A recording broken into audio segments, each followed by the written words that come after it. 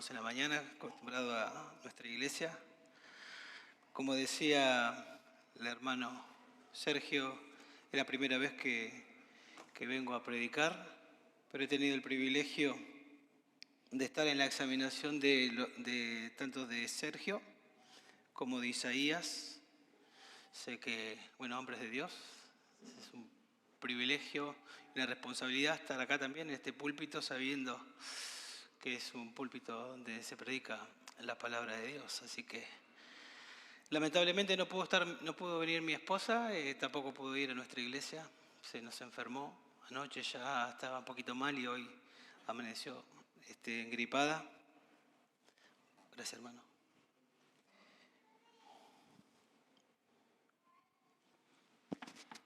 Pero bueno, saludos y seguramente está orando por nosotros. Les invito a que abran sus Biblias, seguramente ya saben, el Salmo 119, verso 97 al 104, y yo no me di cuenta, yo uso la Biblia de las Américas, no sé si eso va a perjudicar en algo, ¿no?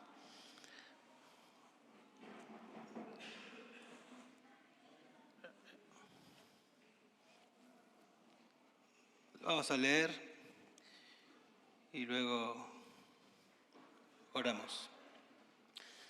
Dice así: cuánto amo tu ley, todo el día es ella mi meditación. Tus mandamientos me hacen más sabios que mis enemigos, porque son míos para siempre. Tengo más discernimiento que todos mis maestros, porque tus testimonios son mi meditación. Entiendo más que los ancianos, porque tus preceptos he guardado. De todo mal camino he refrenado mis pies para guardar tu palabra. No me he desviado de tus ordenanzas, porque tú me has enseñado.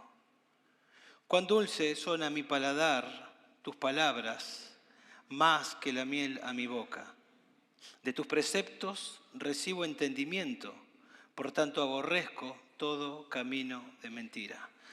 Oramos. Señor, te damos gracias por este tiempo, por poder abrir tu palabra. Te pido por favor, Señor, que guíes este tiempo, que me ayudes a comunicarla con fidelidad y que tu Espíritu obre, Dios, en los presentes para traer salvación, para traer santificación. Te lo rogamos, Señor, en el nombre de Jesús. Amén. Amén. Bueno, todos conocemos el Salmo 119, seguramente es el salmo más largo que tenemos en la Biblia. Es un salmo que exalta la palabra de Dios. El tema de ese salmo es la palabra de Dios y uno lo lee y ve cómo la palabra de Dios es exaltada. Algunas particularidades, que es un salmo acróstico, o sea, hay 22 secciones de 8 versículos cada sección y empezando de manera consecutiva el alfabeto hebreo. Cada una de las líneas de esas secciones comienza con la primera letra del alfabeto hebreo y así llegando hasta el final. Probablemente para una manera de escribir para ayudar a la memorización, pero también algunos creen, y no está mal, que está comunicando que la palabra de Dios es suficiente, que es completa, que tenemos todo lo que necesitamos, como desde la A hasta la Z. Tenemos todo lo que necesitamos y cuando nosotros leemos al Salmo nos damos cuenta que justamente la palabra de Dios es suficiente.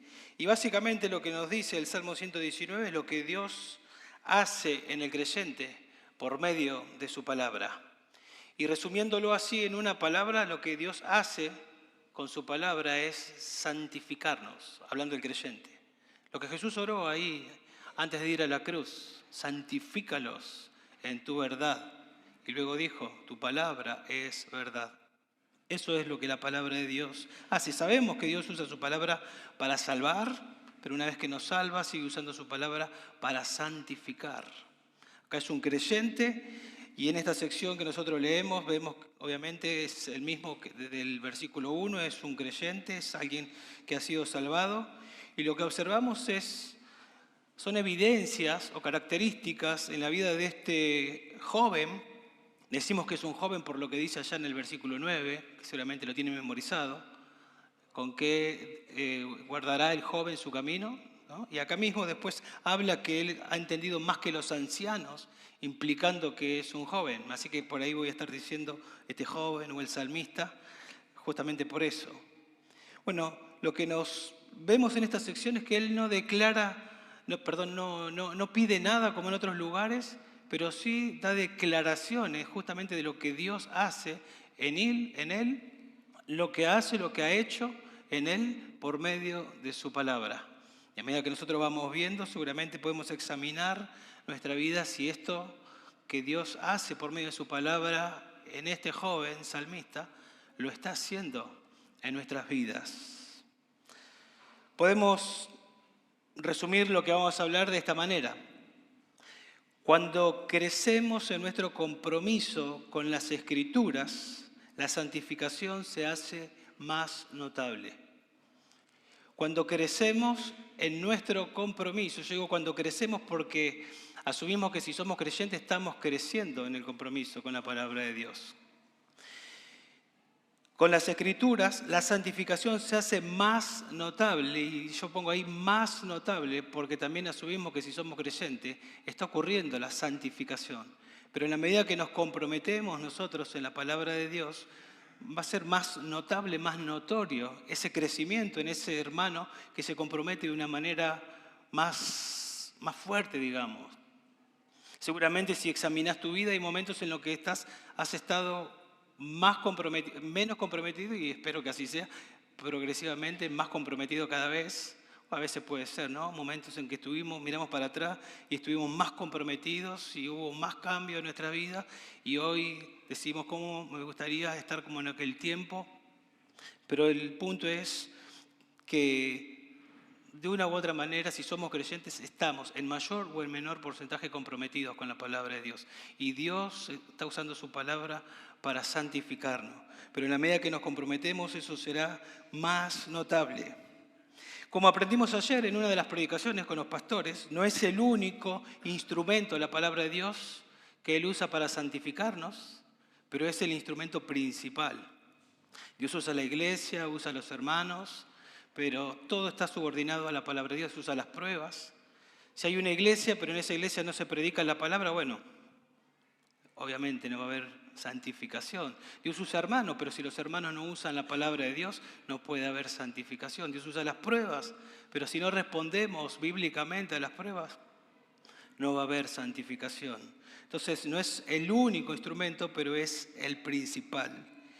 Y si es el principal instrumento que Dios usa, hacemos bien nosotros en echar mano de la palabra de Dios, en aferrarnos a la palabra de Dios, en exponernos a la palabra de Dios, en someternos humildemente a la palabra de Dios, en estudiarla con diligencia para obedecerla. Si yo entiendo que Dios usa este libro para santificarme, para formar a Cristo en mi vida, bueno, entonces tenemos que echar mano de este libro, ¿sí? Tenemos que ser como los de Berea, que dicen que eran más nobles que los de Tesalónica. Ellos estaban deseosos de escuchar la palabra de Dios, deseosos de conocer la verdad, de investigarla por sí mismos. No querían la mentira, querían la verdad de la palabra de Dios. Debemos ser como Esdras, ahí en capítulo 7, verso 10, que dice que preparó su corazón, ¿se acuerdan? Preparó su corazón, ahí empezó todo, dedicó su corazón, se comprometió, determinó ser fiel en su compromiso a estudiar fielmente las Escrituras, primero para obedecerla y después para enseñarla a Israel. Y nosotros sabemos que se comprometió de manera fuerte con la palabra de Dios y vemos luego cómo ese hombre creció y lo que Dios hizo a través de ese hombre, cómo usó a ese hombre santificado como instrumento para que muchos sean santificados. Pensando en Romanos capítulo 12, verso 1 y 2, que también todos conocemos, no os conforméis, ruego por las misericordias de Dios que presentéis vuestro cuerpo, ¿no? En sacrificio vivo, santo, agradable a Dios. Básicamente, os ruego por todo lo que Dios hizo, por esas misericordias anteriores, de los primeros 11 capítulos, os ruego que presentéis un compromiso total, está pidiendo ahí, en el versículo 1.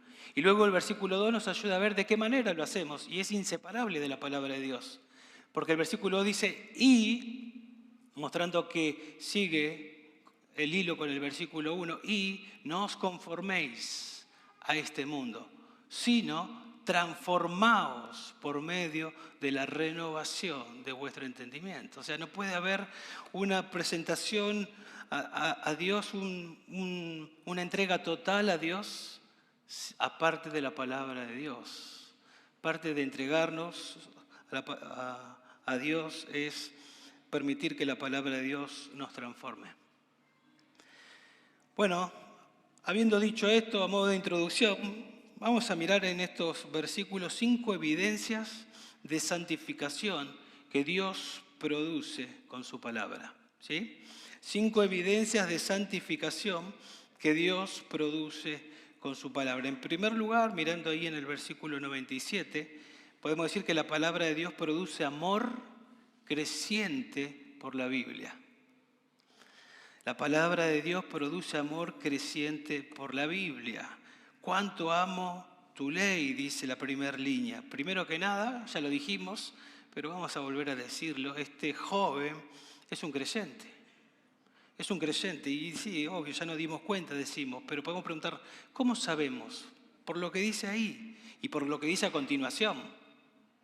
Porque él dice, ¿cuánto amo tu ley? Y nosotros sabemos que alguien que no es un creyente no ama la ley de Dios. Y no se evidencia ese amor en lo que va a decir a continuación. El hombre natural no percibe las cosas que son del Espíritu de Dios. El hombre natural no busca a Dios, no agrada a Dios, restringe la ley de Dios, nos dice Romanos capítulo 1. Rechaza a Dios, no puede agradar a Dios, ni quiere agradar a Dios. Yo recuerdo, siempre vieron que cuando uno mira para atrás, a los años atrás, cuando uno era más joven y tal vez un adolescente, como películas que se nos vienen a la mente. Y yo recuerdo estar jugando al fútbol un domingo y ver personas, así como nosotros, vestidos como nosotros, pasando con una Biblia y yo en medio del partido mirar y decir, qué pérdida de tiempo, con un libro, estudiar un libro. Yo estoy disfrutando acá jugando al fútbol. Cuando Dios me alcanzó en el año 97, todos mis amigos no podían entender cómo yo dejaba ciertos momentos con ellos para ir a una iglesia, a ser expuesto a la palabra de Dios. Yo no sabía cómo explicarle, pero algo había pasado. Yo ahora amaba este libro. Ahora yo quería escucharlo, quería aprender, quería saber de este libro. Eso es lo que Dios hace. Dios nos hace renacer, dice Pedro, ahí en Pedro capítulo 1, verso 23, nos hace renacer por la palabra de verdad. Cuando escuchamos el Evangelio, como dice Efesios 1:13, habiendo oído el Evangelio y creído, somos sellados con el Espíritu. Cuando el Evangelio es expuesto, como fue en el tiempo anterior, tal vez Dios hizo algo en algunos de ustedes. Dios nos salva, y una vez que Dios nos salva, entonces se nos manda a desear como niño recién nacido la leche espiritual no adulterada de la palabra. ¿Por qué podemos desear ahora? Porque Dios nos regeneró, porque Dios nos hizo nacer de nuevo, porque Dios puso un nuevo apetito, que ahora puedo amar la palabra de Dios. Por eso que Dios hizo en nuestra vida. Así que este es un creyente y nos damos cuenta porque ama la palabra de Dios. Un no creyente no ama la palabra de Dios. Y él comienza diciendo, ¿cuánto amo tu ley? Es una manera de expresar lo inexplicable, como que él no encuentra palabras para decir. A veces nosotros decimos, no sabes, si queremos contar algo, como decimos, grosso, y no encontramos las palabras para decir, bueno, algo parecido, algo similar. ¿Cuánto amo tu ley? Y lo interesante es que no se lo está diciendo a otro, se lo está diciendo a Dios, que conoce su corazón. A Dios le está diciendo, ¿cuánto amo tu ley? Está orando a Dios. Él está enamorado de Dios. Y esta primera línea donde él enfatiza su amor a la palabra de Dios, luego pasa él a mostrar las evidencias que muestran que realmente ama la palabra de Dios. Y también en una palabra podemos resumir las evidencias, la podemos resumir en obediencia. Él demuestra amor a la palabra de Dios obedeciendo su palabra.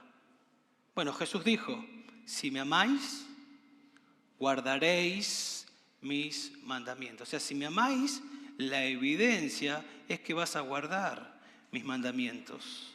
En Juan 14:24 Jesús dijo, el que no me ama, no guarda mis palabras.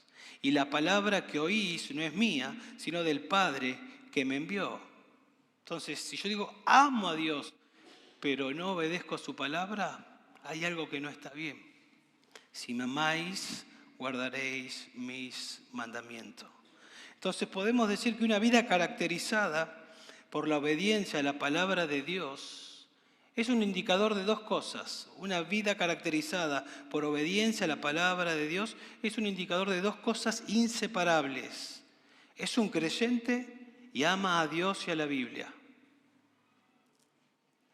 Y una vida desobediente, aún estando en una iglesia, me refiero a desobediencia como patrón de vida, es un indicador también de dos cosas inseparables. No ama a Dios, aunque lo diga, aunque cante, y no ama a su palabra. Es así. Por eso el hermano compartía, muchos me dirán en aquel día, personas seguramente que están en iglesias y que cantaron y que dicen, Señor, te amo, en aquel día yo les voy a decir, apartados de mí, hacedores de maldad, porque ustedes no vivieron en obediencia. Yo no los he conocido, no he tenido una relación con ustedes. Ustedes no han sido regenerados. Ustedes no me aman. Y la evidencia es que su patrón de vida es que son hacedores de maldad, que ustedes no viven en obediencia a la palabra de Dios. Y esta relación de amar a Dios y obediencia a la palabra de Dios no es nuevo, no es del Nuevo Testamento. Ya en el Antiguo Testamento, ustedes recordarán ahí antes de cruzar para la tierra prometida, Deuteronomio capítulo 6, verso 5 y después en adelante. Se les manda al pueblo a amar a Dios con todo el corazón, con toda la mente, con toda el alma, con todas las fuerzas. Y en el versículo siguiente añade, y estas palabras estarán en tu corazón y las pondrás por obra, etcétera, etcétera, y le enseñarás a tus hijos. O sea, inseparablemente, o la demostración del amor a Dios con todo el corazón, mente y alma, es obediencia. El pueblo tenía que demostrar que amaba a Dios obedeciendo su palabra. Es inseparable. Entonces, amar a Dios es amar su palabra. Y acá cuando él dice, cuánto amo tu ley, Torá, digo la palabra porque seguramente la conocen, cuánto amo tu ley, eso es instrucción. Lo que él está diciendo, Señor, cuánto amo ser instruido por vos. Cuánto amo, Señor, ser enseñado por vos. Cuánto amo, Señor, ser dirigido por vos. Dios en su ley ha revelado su carácter. En su ley, en su palabra, Él nos dice cómo es, quién es. Ha revelado sus mandamientos, sus profecías, sus promesas, sus advertencias, sus exhortaciones. Y cuando Él dice, cuánto amo tu ley, está diciendo, yo amo ser instruido por vos cuando leo las profecías. Yo amo ser instruido por vos cuando leo las promesas. Aún cuando leo advertencias, amo ser instruido por vos. Amo cuando me confrontas. Eso es lo que está diciendo. Y esto porque Él se ha humillado ante la autoridad, ante el señorío de las Escrituras. Tener a Dios como tu Señor es tener a las Escrituras como tu Señor, porque Dios habla por medio de las Escrituras. Este joven está sometido a las Escrituras. Y esto de amar a Dios ocurre por primera vez cuando uno se convierte, ya lo dijimos, pero sigue ocurriendo después. Seguimos creciendo en nuestro amor a Dios. Pensando en Pablo, que es el ejemplo que todos conocemos. Pablo iba camino a Damasco, pensaba que amaba a Dios, pero no amaba a Dios porque iba persiguiendo a Cristo, a Dios. Él se encontró con el Señor y a partir de ese momento quedó humillado. ¿Qué quieres que haga, Señor? Y a partir de ese momento su vida cambió y él comenzó a amar a Dios. Pero ese amor por Dios que fue derramado en él, como nos dice Romanos 5:5, comienza a crecer más y más, al punto que él llega a decir, por ejemplo, en Filipenses, ¿cuántas cosas eran para mí? Ganancia, las he estimado como pérdida por el incomparable valor de conocer a Cristo. Pero ya lo había conocido, camino a Damasco, pero quería seguir conociéndolo más y más, por una relación íntima, por comunión, porque sabía también Pablo que conociendo a Dios, conociendo al Señor, Dios lo va transformando a la imagen de ese Señor que va conociendo en las Escrituras. Por eso él dice en Filipenses 3, unos versículos más adelante, que él se estira para ver si logra agarrar aquello para lo cual él fue agarrado. ¿Sí? Él usa la palabra asir. Él fue asido. ¿Para qué fuimos asidos? ¿Para qué fuimos agarrados? Para ser conformados a la imagen de Cristo. Y yo me estiro, me esfuerzo, porque yo sé que fui salvado para que Cristo sea formado en mi vida. Y Dios nos forma por medio de las Escrituras. Yo quiero preguntarte, ¿deseas ser instruido por Dios? ¿Esto se ve en tu vida, esta búsqueda de conocer a Dios, este amor por Dios? ¿Podés unirte a esta declaración del salmista y decirle a Dios, cuánto amo, Señor, yo tu ley? Cuánto amo ser instruido por vos. Porque esto es una marca de un creyente, como venimos diciendo. En mayor o en menor medida es una marca de un creyente. Amor a Dios, amor a su palabra. Y el amor que este joven tiene no es un amor superficial, es un amor profundo, desde su interior, desde su mente, de su corazón. Él ama a Dios, no de manera perfecta, aún en su imperfección, él ama a Dios. ¿Cómo sabemos? Porque él a continuación, en la segunda línea, él nos dice, todo el día es ella mi meditación. La demostración de que él ama a Dios es que todo el día medita en la palabra de Dios. Ustedes saben que en aquellos tiempos no abundaban los rollos. No tenían Biblias como nosotros tenemos, Reina Valera, las Américas, para elegir. Y no abundaban los rollos. No creo que este joven iba a buscar los rollos para meditar en la palabra de Dios. Probablemente tenía que apelar a su memoria y memorizar. Y tenerlos ahí a mano, como dice después en el verso 98, son míos para siempre o siempre están conmigo. Todo el día es ella mi meditación, todo el día. Bueno, meditar, seguramente ustedes saben, pero tiene que ver con reflexionar, tiene que ver con pensar intensamente sobre algo. Y eso no es fácil. No es fácil pensar intensamente sobre... Es fácil ponerse y leer el diario y no va a haber ninguna lucha, probablemente. Sentarse 1 hora y media, mirar un partido de fútbol y enfocarnos solamente en el partido de fútbol seguramente no va a ser muy complicado. Pero meditar en la palabra de Dios, sí. Sí, no es fácil. Y todos sabemos de lo que estoy hablando. No es fácil. Y acá dice que él medita todo el día. Eso implica un esfuerzo de él. Que su mente estaba absorbida por la palabra de Dios.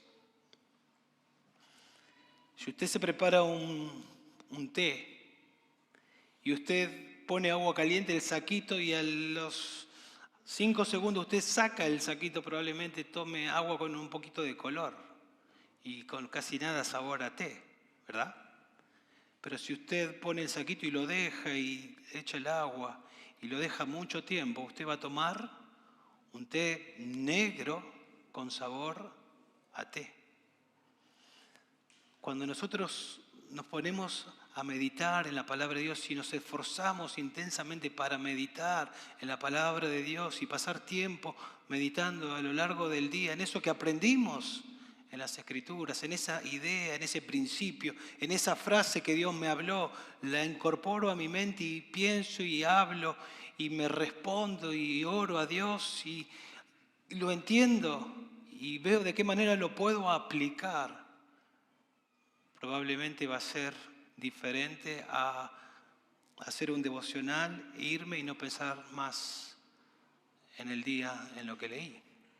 Probablemente mi vida, si me dedico a meditar, va a tener sabor a Biblia, ahí en el trabajo, en la facultad, en el lugar donde vivís.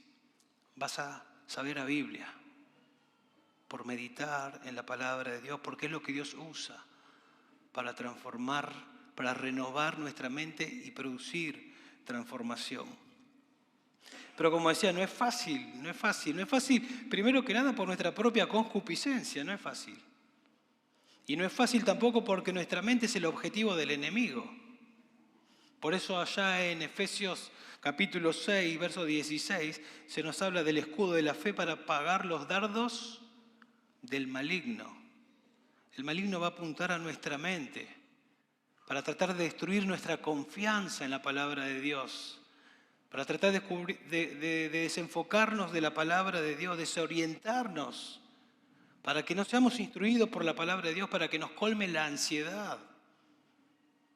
El enemigo va a trabajar para que nuestra mente no esté absorbida por la palabra de Dios. Pero tenemos que hacerlo. Y es una evidencia de que amamos a Dios. Yo quiero crecer en mi amor a Dios. Bueno, acá estoy aprendiendo. Tengo que implementar esto de meditar en eso que aprendí, en esa frase, en ese principio que he aprendido. Te pregunto, ¿meditas en la palabra de Dios? ¿Qué es lo que ocupa tu mente? Porque eso que ocupa mucho tiempo tu mente, seguramente es un indicador de lo que amás. Y ahora usted puede estar sentado y decir, sí, pero yo también pienso en mi familia, pienso en mi trabajo, porque tengo mucho trabajo, bueno, gracias a Dios, y pienso en mis hijos, y pienso en la facultad, porque tengo... Y sí, hay que pensar, hay que asumir las responsabilidades. Pero pienso en mi familia conforme a las Escrituras. Pienso en mis hijos conforme a las Escrituras. Pienso en mi trabajo conforme a las Escrituras. Pienso en la facultad conforme a las Escrituras. No divorcio mi vida diaria de las Escrituras. Vivo en mi vida diaria conforme a las Escrituras. Así debería ser.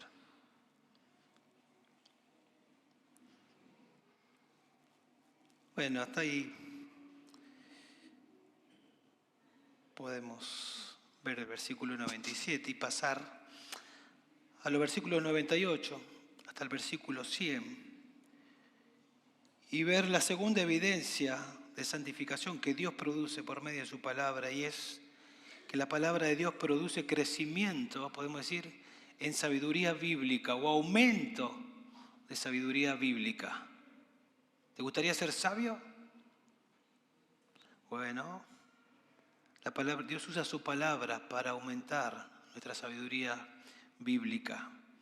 Fíjense, dice el verso 98, tus mandamientos, los de Dios, la Biblia, me hacen más sabio que mis enemigos. Y da la razón. La razón es porque son míos para siempre. Tengo más discernimiento que todos mis maestros. Y da la razón, porque tus testimonios son mi meditación. Entiendo más que los ancianos. Y da la razón, porque tus preceptos he guardado. Todo el crédito se lo da a la palabra de Dios. Él tiene sabiduría, tiene discernimiento, tiene entendimiento. Obviamente es responsabilidad de parte de él que se sienta para ser instruido por la palabra de Dios, se sienta para estudiar con diligencia la palabra de Dios. Es su responsabilidad, pero le da todo el crédito a lo que Dios hace en su vida. Lo aumenta en sabiduría. Eso es lo que Dios hace. Entonces el principal beneficio de meditar en la palabra de Dios y de meditar como vimos recién es que vamos a crecer en sabiduría y en una sabiduría que supera a toda sabiduría terrenal. Porque es la sabiduría de Dios. Porque es la sabiduría de Dios. Este hombre está obteniendo sabiduría de Dios. No nos olvidemos, toda la Escritura es inspirada por Dios. Nosotros, dice en 1 Corintios 2:16, aplicándolo a nosotros, que tenemos la mente de Cristo. Podemos ir a las Escrituras y conocer los pensamientos de Cristo, entenderlos, porque Él nos abre los ojos, como cantábamos, y como dice el verso 18 de este Salmo, nos abre los ojos para entender los pensamientos de Cristo y nos capacita para que lo podamos aplicar. Y de esa manera vivir con la sabiduría de Dios, vivir con la sabiduría de Cristo. Bueno, teniendo en cuenta que ser sabio es aplicar la palabra de Dios correctamente, ¿no? ¿Se acuerdan la parábola llegando al final del Sermón del Monte? A esto compararé un hombre sabio y un hombre necio. Parece todo igual, pero la diferencia es que oyen la palabra de Dios, pero la diferencia es que uno no la pone en práctica y construye su casa sobre la arena y vienen los vientos y destruye esa casa, destruye esa vida, ¿sí? Ruina. Y aquel que escucha y pone en práctica es sabio, construye su vida sobre la roca. Entonces, sabiduría tiene que ver no solo con tener información, sino con aplicar, entender esa información, entenderla y entonces ponerla en práctica. Y dice acá, porque son míos para siempre, o siempre están conmigo. Medita todo el día en la palabra de Dios. Verso 98, siempre están conmigo. Los tengo en el corazón, dice el versículo 11. Atesoro las Escrituras y la pongo en el corazón. No sabemos si era un padre, pero todo padre judío tenía que conocer las Escrituras, tenerla en su corazón, entenderla y entonces poder enseñárselas a sus hijos. Enseñar implica enseñarles, no darle información nomás, sino enseñarles, explicarles las Escrituras y enseñarles cómo aplicar eso. Ser sabios y transmitir sabiduría. Y eso lo hace la palabra de Dios. Eso lo hace la palabra de Dios. Por eso a nosotros se nos manda acá en Colosenses 3:16 que la palabra de Cristo more poquito, en abundancia, que more, que se quede, que esté con nosotros la palabra de Dios. Y obviamente cuando vivimos de esa manera, Dios nos va transformando y comienza a verse Cristo en nosotros. Y vivimos en un mundo que es anticristo. Y obviamente va a haber enemigos. Va a haber enemigos en tu trabajo que no le va a gustar que te conduzcas conforme a la sabiduría de la Biblia. Va a haber enemigos en tu facultad que no le va a gustar cómo te conducís. Tal vez en tu propia casa, si no son todos creyentes, va a haber enemigos. Pero la sabiduría que vos vas a tener va a ser superada a la sabiduría de ellos, porque es sabiduría de Dios. Y la sabiduría no era para vivirla en secreto. Dios al pueblo de Israel le dio la Biblia para hacerlos sabios y para que su vida sabia sea vista por todas las naciones y de alguna manera sean atraídos. Dice en Deuteronomio 4:6, así que guardadlos y ponerlos por obra, porque esta será vuestra sabiduría y vuestra inteligencia. ¿Cuál será vuestra sabiduría y vuestra inteligencia? Guardarlos, atesorarlos y ponerlos por obra. Eso va a ser vuestra sabiduría y vuestra inteligencia ante los ojos de los pueblos, que al escuchar todos estos estatutos dirán, ciertamente esta gran nación es un pueblo sabio e inteligente. La vida cristiana, aplicándola a nosotros, no es para vivirla en secreto, es para que todos vean. Un velador no se pone debajo de la mesa, dijo Jesús, sino que se pone para que alumbre. Una casa en medio de una montaña en oscuridad no pasa desapercibida. hay luz, allí se ve que hay vida. En medio de un mundo de oscuridad, nuestra vida debe ser evidente. No por lo que somos nosotros, sino por la sabiduría que produce este libro en nosotros.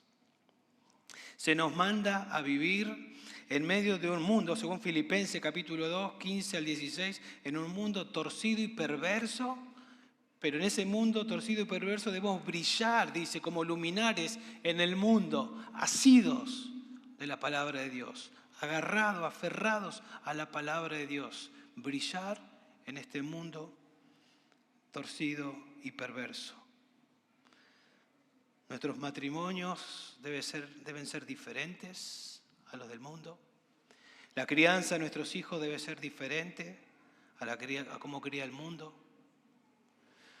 Nuestra conducta en el trabajo debe ser diferente a la conducta de los demás, porque Dios nos está haciendo sabios con su palabra, ¿sí?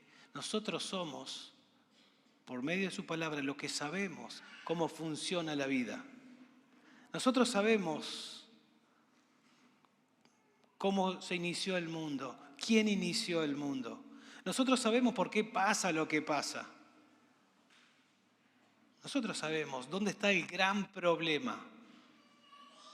Porque la Biblia nos comunica y nos ayuda a entender y nos da una cosmovisión bíblica para poder entender dónde vivimos y poder ser sabio en cada asunto de la vida.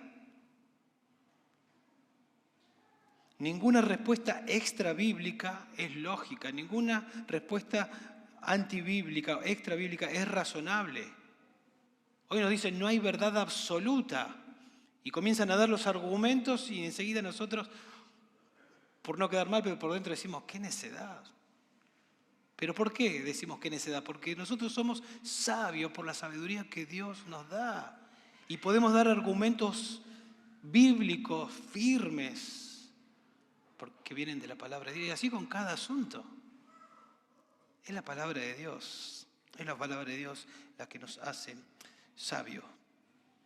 No solo superó en sabiduría a sus enemigos, también superó, dice acá, en sabiduría o tengo más discernimiento que todos mis maestros, y otra vez, porque tus testimonios son mi meditación. Este joven ha superado a sus propios maestros, teniendo más discernimiento, más capacidad de entender que sus propios maestros. No sabemos de qué maestros está hablando. No sabemos si está hablando de maestros naturales, de maestros que nosotros también tenemos en la escuela, maestros de la vida que hemos tenido, que se suman y que nos quieren enseñar, o maestros de la ley, pero acá el punto que remarca es que él tiene más discernimiento, entiende mejor que ellos, y él dice, ¿por qué? Porque tus testimonios son mi meditación, porque pienso, porque reflexiono, porque trato de ver la vida con los lentes de Dios. Trato de ver las circunstancias de la vida y de ver cómo Dios quiere que actúe. No me mando como a mí me parece.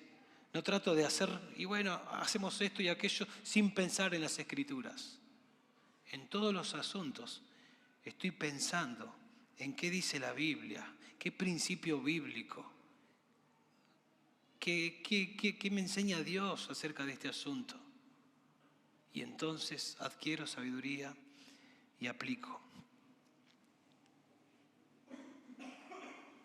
Entonces, hermanos, si nosotros no meditamos en la palabra de Dios, nos estamos perdiendo mucho. Nos perdemos mucho, según estos versículos que estamos viendo. Nos perdemos mucho. Ahora, con esto no significa que el crecimiento lo da la meditación. Nosotros sabemos que el crecimiento lo da Dios. Pero Dios usa medios de gracia que Él estableció. Meditamos en su palabra y Dios nos hace crecer. ¿Se acuerdan ustedes ahí en 2 Timoteo 2, del 1 en adelante? Cuando Él dice, esfuérzate en la gracia que es en Cristo Jesús, lo que has oído de mí ante muchos testigos, carga hombres fieles. Y después habla del atleta, habla del labrador y de uno más. ¿Y el soldado? ¿Se acuerdan? Y cuando termina de decir todas esas palabras, llega al versículo 7 y hablando de eso que les dijo, que nosotros lo vemos y parece claro lo que está ahí. Pablo le dice a Timoteo, considera, reflexiona, piensa, medita, considera lo que digo. Y la razón, pues el Señor te dará entendimiento en todo. Esto que te dije, que no sea información que está ahí, meditala, pensá, masticala, porque en ese proceso Dios te va a dar entendimiento para que lo puedas aplicar. Eso hace Dios. Dios usa su palabra de esa manera. Y también dice en el versículo 100, entiendo más que los ancianos, porque tus preceptos he guardado. ¿Sí? Otra vez, no es sabio por tener información, sino que es sabio porque he guardado tus preceptos. Tengo más entendimiento que los ancianos en los tiempos bíblicos, no tanto como ahora, que no se respeta tanto a la gente mayor, lamentablemente, pero en los tiempos bíblicos eran considerados personas sabias los ancianos y se los respetaba. Por ejemplo, en Job 12:12 dice, en los ancianos está la sabiduría y en la largura de días el entendimiento. Eso era lo que se creía. Por eso Eliú, recién en el capítulo 32, porque era el menor de los cuatro, era el menor, permite que hablen los otros tres amigos, y él habla recién en el 32, porque los mayores tenían que hablar, porque tenían experiencia. Obviamente debemos respetar las canas, la Biblia nos manda eso, pero tenemos que entender que la autoridad final es la palabra de Dios. Que ninguno tenga en poco, Pablo le dijo a Timoteo, tu juventud, si no sé ejemplo. Y después comienza a decirle palabra, conducta, etcétera, etcétera, etcétera. La palabra de Dios transforma la vida de Pablo para que sea un ejemplo de santificación. Ay, que nadie tenga en poco tu juventud. No te intimides. La palabra de Dios es lo que necesitas para tener sabiduría. ¿Sí? Los ancianos pueden tener sabiduría de años, pero nosotros tenemos un libro cuyo autor es eterno, sabiduría de Dios. ¿Y por qué entendía más que los ancianos? Bueno, otra vez, porque tus preceptos he guardado, dando a entender una vez más que es la palabra de Dios la que lo hace. Y Él no lo hace para jactarse. Tengo más sabiduría porque yo soy obediente. No lo hace para jactarse. Podemos interpretar eso y estaría mal, ¿no? Lo hace para exaltar lo que hace la palabra de Dios. Yo tengo más sabiduría porque obedezco la palabra de Dios como diciéndonos, ¿quieren ser sabios? Aprendan y obedezcan. Porque cuando nosotros aprendemos y obedecemos, vamos creciendo en sabiduría.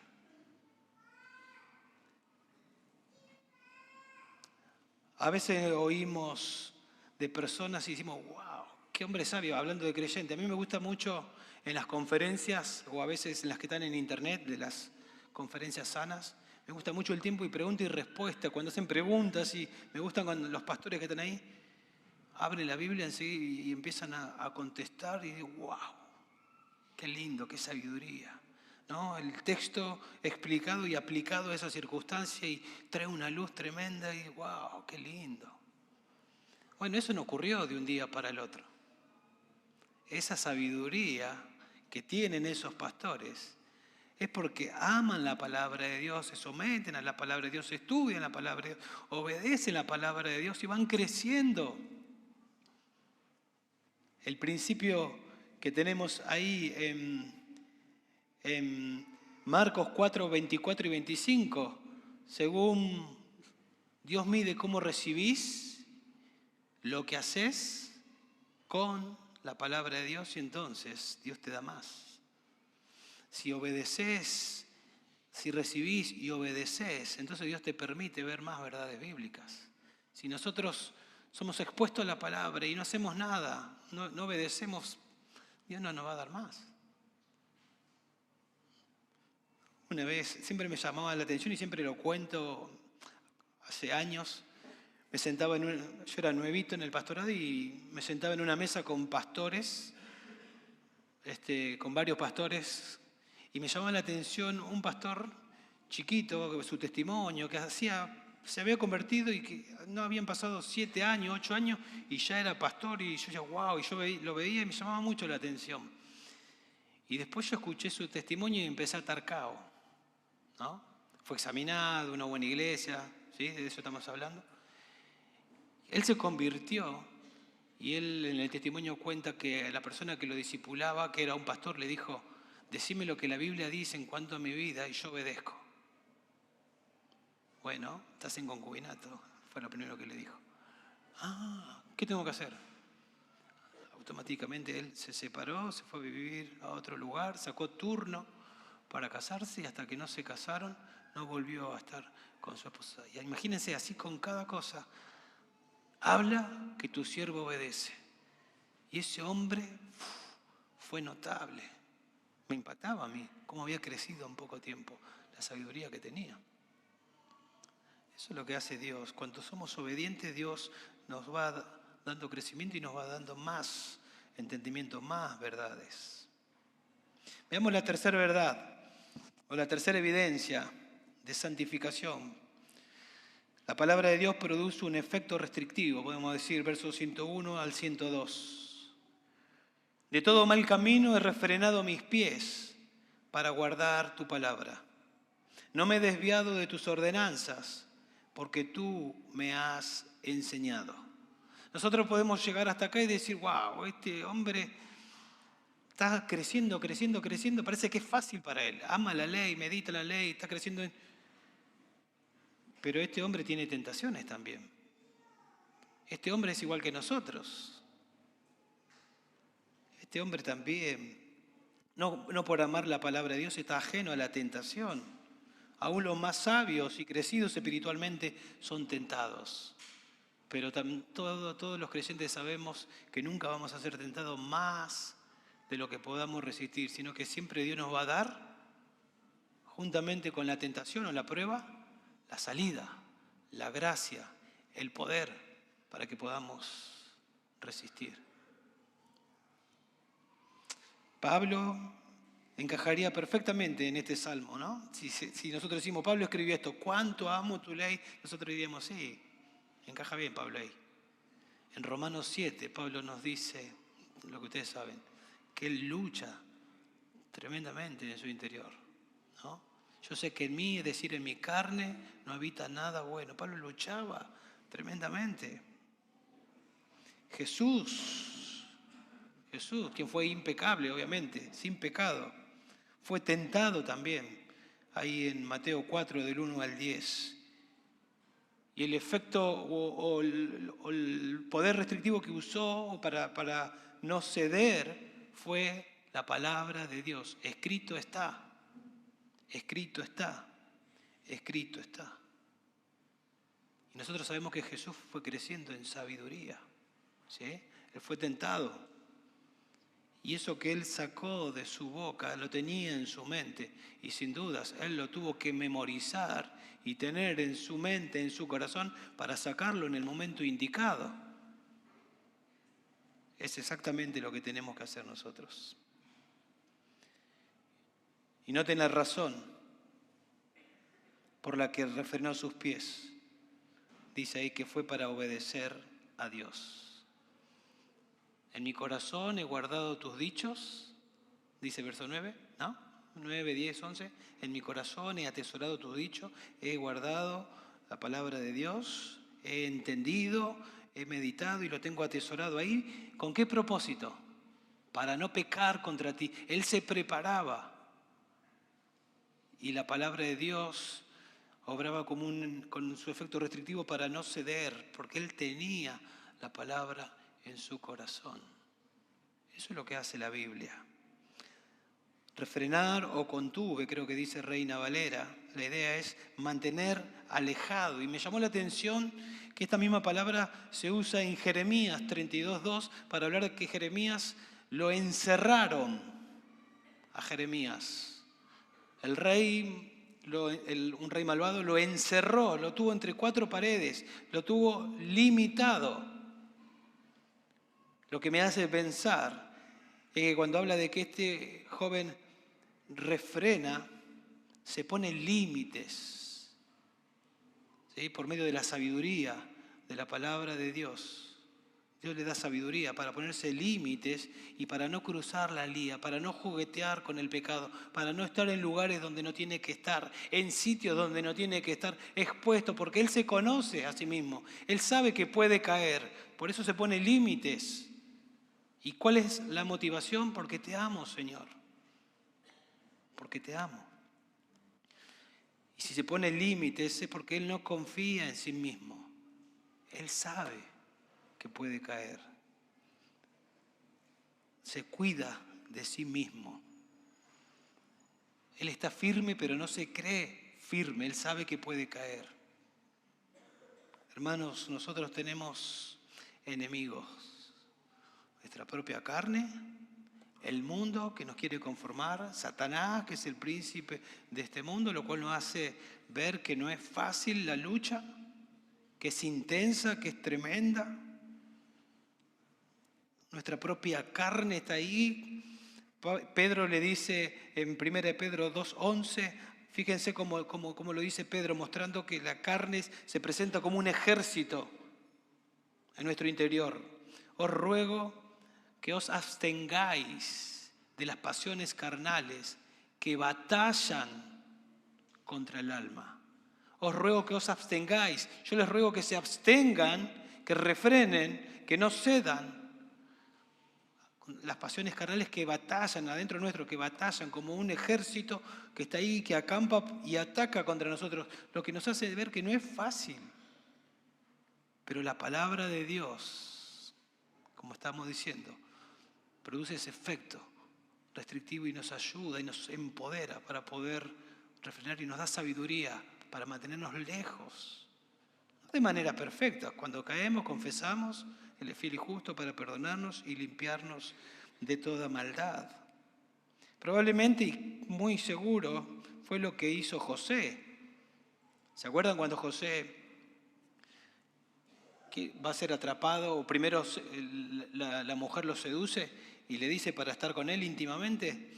Él dice, ¿cómo entonces iba yo a hacer esta gran maldad y pecar contra Dios? Yo no quiero pecar contra Dios. No había nadie en la casa, pero él vivía en la presencia de Dios.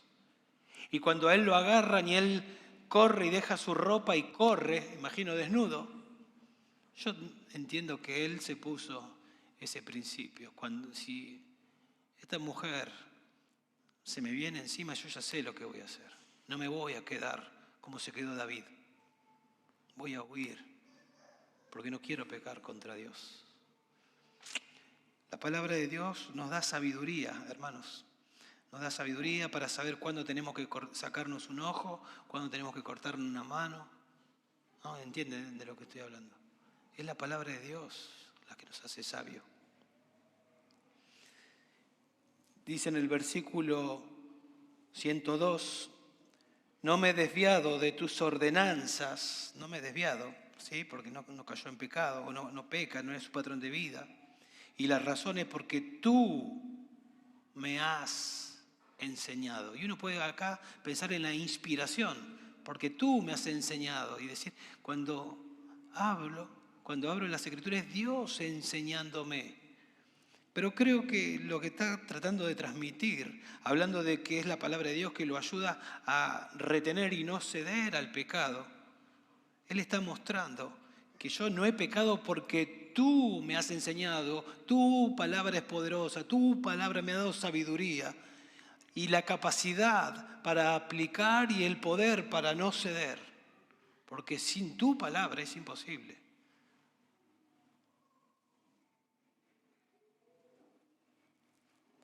Es un poco lo que dice Filipenses 2, ¿no? En el Nuevo Testamento a nosotros, 2 y 13. Ocupaos de vuestra salvación con temor y temblor. ¿Y la razón? Porque Dios produce en vosotros el querer y el hacer por su buena voluntad. Número 4, la cuarta evidencia, la palabra de Dios produce satisfacción, produce deleite. ¿Sí? Y observamos la relación, ¿no? Con lo anterior. Él dice, cuán dulces son a mi paladar tus palabras, más que la miel a mi boca. Este hombre, pensando en los versículos anteriores, no es que se abstiene del pecado y se está lamentando. ¿Cómo me gustaría caer? ¿Cómo me gustaría hacerlo? Pero eso sería un poco de legalismo, ¿no? Él retiene porque Dios le enseña, pero él un poco lo que dice el Salmo 1 y 2. No anda, ¿se acuerdan del Salmo 1, verso 1 y 2? No anda con los pecadores, no se sienta con los pecadores, no está con los pecadores, sino que, ¿dónde está su deleite? Él sabe que no está en el pecado. El deleite está en la palabra de Dios. En tu ley disfruto de día y de noche, medito de día y de noche. Acá él refrena de pecar porque él sabe que es un engaño. Él se ha dio cuenta que el placer que presenta el pecado es mentira, es momentáneo. Es efímero, ya sabe, que es como una carnada, que está la carnada. Él sabe que detrás de la carnada está el anzuelo, que parece que está bueno, pero cuando le das, después hay dolor, hay sufrimiento. Él ya sabe, porque Dios le dio sabiduría y sabe que el verdadero deleite está en la palabra de Dios. Y él dice no al pecado, porque él disfruta la palabra de Dios. Él desea, como un niño recién nacido, la leche pura de la palabra. Dice Hebreos 11:24, por la fe Moisés, cuando era ya grande, rehusó ser llamado hijo de la hija de Faraón, escogiendo antes ser maltratado con el pueblo de Dios que gozar de los placeres temporales del pecado. Y escuchen lo que dice, considerando como mayores riquezas el oprobio de Cristo que los tesoros de Egipto, porque tenía la mirada puesta en la recompensa. Moisés, un hombre de fe, rehusó algo tentador, rehusó privilegios de los egipcios, porque él resolvió ser fiel a Dios y a su palabra. ¿Cómo lo hizo? Considerando mayor riqueza lo que proviene de Dios, lo que Dios promete. Aunque el otro era momentáneo, al instante. Ahí tenía para disfrutar. Pero él dijo, no, lo que viene de Dios, lo que me promete Dios es mejor. Entonces este joven evita pecar, se coloca principios, no confía en sí mismo, sabe que puede creer la mentira de Satanás, del mundo, de la carne, pero su motivación es Dios, en quien está su deleite. Yo te pregunto, ¿disfrutás de Dios? ¿Disfrutás de la Biblia? Acuérdense que nacimos de nuevo y Dios nos pone un nuevo apetito por la palabra de Dios. No es siempre que estamos 10 puntos para arriba, pero si el patrón de vida es que abrí las Escrituras y nunca hay deleite, hay que tener cuidado. Hay que tener cuidado. Probablemente allí no haya un corazón, no hay un corazón regenerado, puede ser. Porque disfrutamos de la palabra de Dios, aunque hayamos escuchado ese versículo muchas veces. Bueno, ayer estuvimos y antes de ayer expuesto a versículos que ya conocemos. Y fue un deleite escucharlo de nuevo. Y Dios nos habló de nuevo. Y fue un banquete espiritual, porque así es la palabra de Dios. Es una marca del creyente disfrutar, deleitarse en Dios. Y la última evidencia, versículo 104, la palabra de Dios produce odio al pecado. De tus preceptos recibo entendimiento, recibo sabiduría, se lo viene diciendo.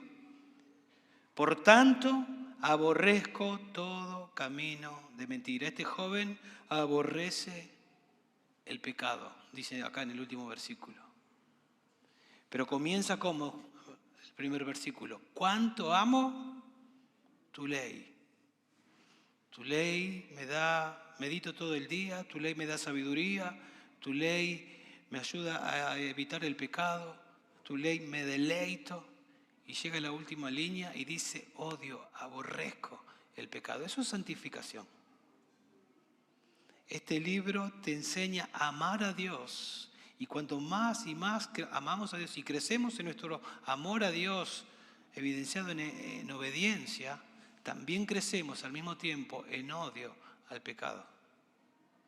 Y si menguamos, no si desaparece, porque no puede desaparecer en un creyente el amor por Dios y su palabra. Si menguamos en nuestro amor a Dios y a su palabra, también vamos a menguar en nuestro odio al pecado. El mundo quiere conformarnos, hermanos. Quiere que seamos blandos, permisivos con el pecado. Que seamos blandos con el pecado, que lo permitamos que entre a nuestra casa, que entre a nuestra iglesia, que lo tratemos como algo normal, porque allá afuera es normal. Y a veces nos asustamos, porque a veces, ¿qué me está pasando? Bueno, eso es un síntoma tal vez de que necesito la palabra de Dios. Este joven está viendo el pecado como Dios lo ve. Este joven ama lo que Dios ama y odia lo que Dios odia. Dice la palabra de Dios, muy limpios, Habacuc 1:13, muy limpios son tus ojos para mirar el mal y no puedes contemplar la opresión. Amós 5:15, aborreced el mal, amad el bien, se nos manda. Zacarías 8:17, no traméis en vuestro corazón el mal uno contra el otro, ni améis el juramento falso, porque todas estas cosas son las que odio. Dios odia el pecado. Proverbio 8:13, el temor del Señor es aborrecer el mal. Si vivo en la presencia de Dios porque amo a Dios, una evidencia es que aborrezco el mal, odio el pecado. Los que amáis al Señor, aborreced el mal, dice el Salmo 97:10. Este joven está consumido por la palabra de Dios y evidencia santidad. Ama a Dios y aborrece el pecado. 5 características que produce la palabra de Dios en el creyente, que nos ayudan a examinar si están ocurriendo en nosotros. Y me gustaría terminar pensando en Jesús, porque si este joven era salvo, era porque creyó en el que iba a venir, mirando hacia adelante. Nosotros miramos hacia atrás y tenemos el privilegio de tener, ¿no?, mayor claridad. Y podemos decir que si hubo alguien que amó la palabra de Dios perfectamente, más que el salmista, ese fue Jesús. Fue obediente, mostró su amor a la palabra y a Dios. En obediencia fue obediente hasta la muerte y muerte de cruz, dice la Biblia. Si hay alguien que superó de manera notable en sabiduría a sus enemigos, a sus maestros, a los ancianos, ese fue Jesús.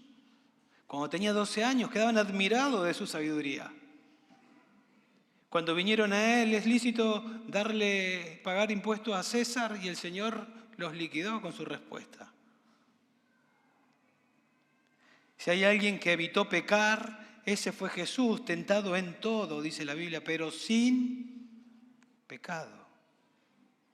Si hay alguien que se deleitó perfectamente en la palabra de Dios, ese fue Jesús. Mi comida es hacer la voluntad de mi Padre. Si hay alguien que aborreció perfectamente el pecado, ese fue Jesús. Al punto que estuvo dispuesto a venir, a encarnarse, para ir como sustituto y cargar los pecados de todos aquellos que un día íbamos a creer.